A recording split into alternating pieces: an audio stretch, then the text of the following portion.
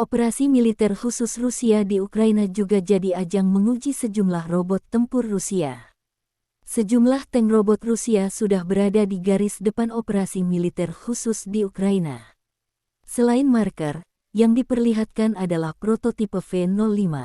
Robot prototipe V-05 ini dilengkapi dengan aneka senjata canggih, seperti senapan mesin PKT Kalashnikov, peluncur granat anti-tank manual RPG-7, RPG-18-26/27 atau RPO, Bumblebee, pangkalan lintas alam elektrik tanpa suara dan roda 6.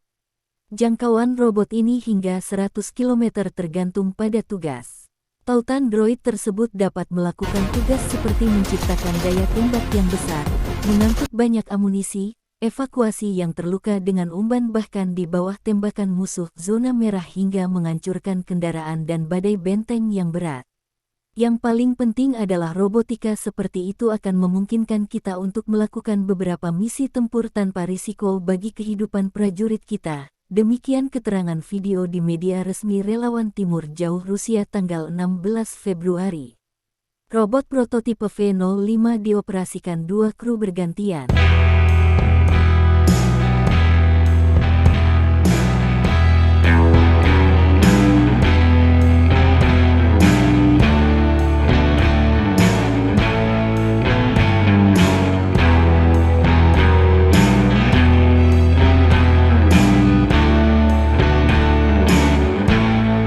Terima kasih sudah nonton. Jangan lupa like, subscribe, dan share ya.